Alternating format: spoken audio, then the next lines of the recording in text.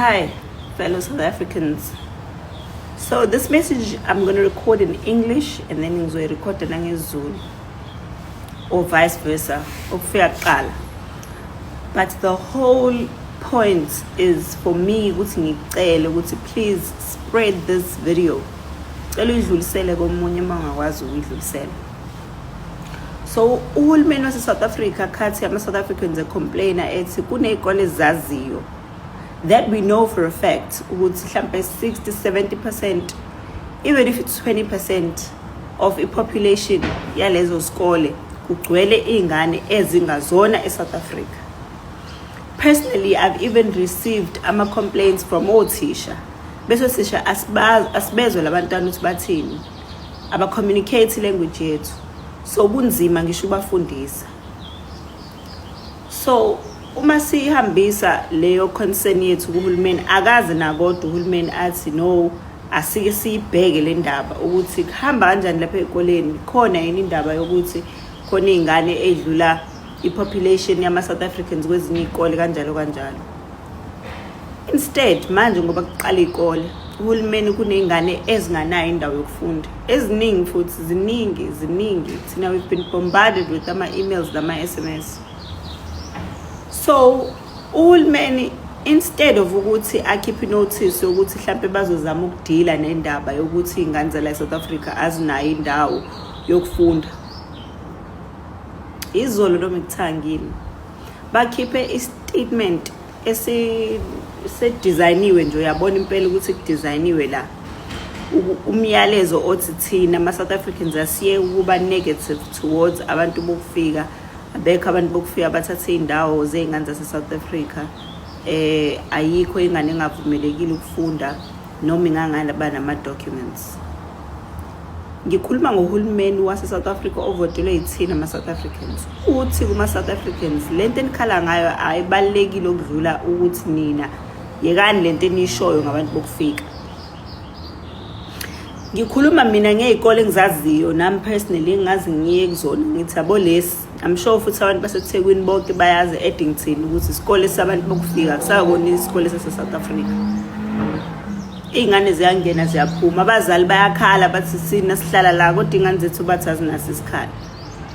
Kodwa uhulumeni uthi ayikho leyo nto, inini eni-negative towards abantu bokufika, ayikho ingane efanele ingasitholi isikole. So uthi uhulumeni ungavuka ekuseni eKenya uthatha ibhanoyi ungene la eSouth Africa ngoba phela bayangena whether benama-documents or not. Umuntu athi ngizohlala u-30 days or ngizohlala u-20 days nayi passport yami. Ajike umuntu ahlale nengane yakhe ayifake esikoleni inganawo amaphepha bese kufanele compromise ingane yase-South Africa ela engayanayo option yokuvuka ngelinye ilanga ithi yagoduka. So here is the thing engiyicelayo kuma-South Africans laba baney'ngane ezinganaso isikhala. Ngiyacela bandla mase kuvulwa i-period yokuya ey'koleni, ngiyanicela if userious ngampela ngisasele ngane yakho ukuthi ifunde, cela uye kunoma yisiphi isikole esiseduze nawe ufike uthi uzofaka ingane yakho awunawo amaphepha, ubhale i-affidavit leyo ukuthi awunawo amaphepha, awunayo i-ID, ayinayo ingane i-birth certificate, ayinalutho, uyifake nje esikoleni. Ngoba bathi bona umthetho ukuthi ayikho ingane efanele ingafundi whether inamaphepha or ayinamaphepha. So angiboni isidingo sokuthi lokhu niyihlupha lokhu nifuna amaphepha, nifuna ama-address, nifuna iy'ncwadi zamakhansela bla bla, musani lokhu niyihlupha. Uthi uhulumeni wethu wase-South Africa nawe nje vele ufike unganawo ama-documents uye esikoleni uthi ngifakeni ingane yami, bathi ngokomthetho kusho wona uhulumeni ingane yakho kuzophoqeleka ukuthi ifakwe lapho. So ngicela senze njalo from now on. Niye kulokhu niyihlupha ngalento amaphepha nama-documents niyixakanisa, no. If ukhona abantu abakwazi ukuvuka ekuseni from whichever country abakuyona bezofaka iy'ngane zabo ey'koleni at the expense of South African children, then thina why fanele silokhu sikomplya silokhu senza izinto ey'funayo? No, kusho uhulumeni lokho. Bayayiziba indaba yokuthi la eSouth Africa kunomthetho, Immigration Act, abayizibayo completely. So I'm saying this in English now. I'm saying that the government has said that no child must be refused education. And when we're saying that there's South African children that don't have a space in our schools, they're saying, oh no, there's no such thing.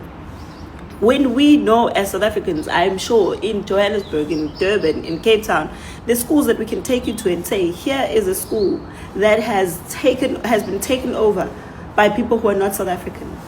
And there's children who are South African who are being deprived of an education because these spots have been taken. Because these are spots. And some schools are actually ending up being overcrowded. Instead of taking 20 learners, they're taking 40 learners, and it's compromising on the level and the quality of education that South African children are getting. And our government is saying, no, ignore all of that. Every child has a right to come here.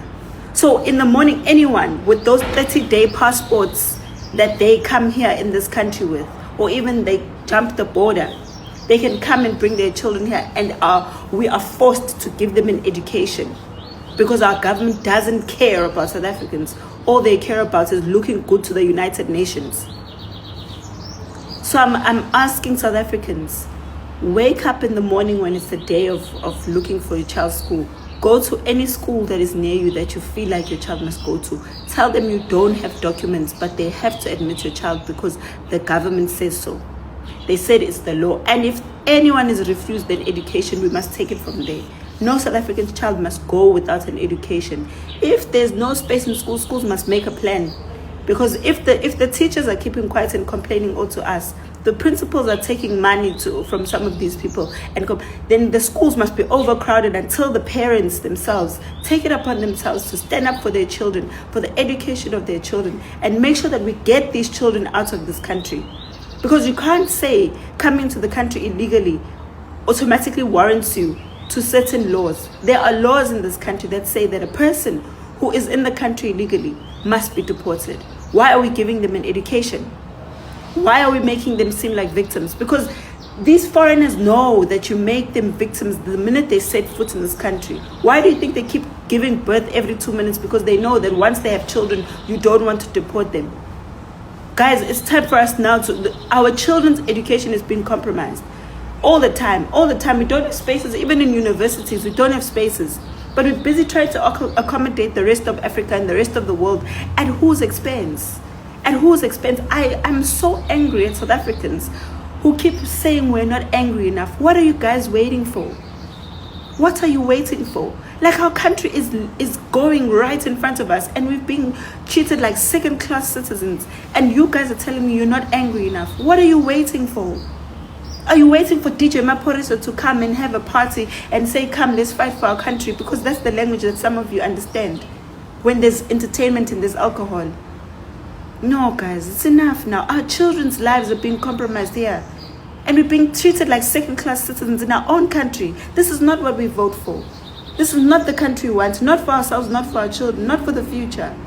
And you need to stand up. You need to stand up now. Sitting on your phones is not going to solve this.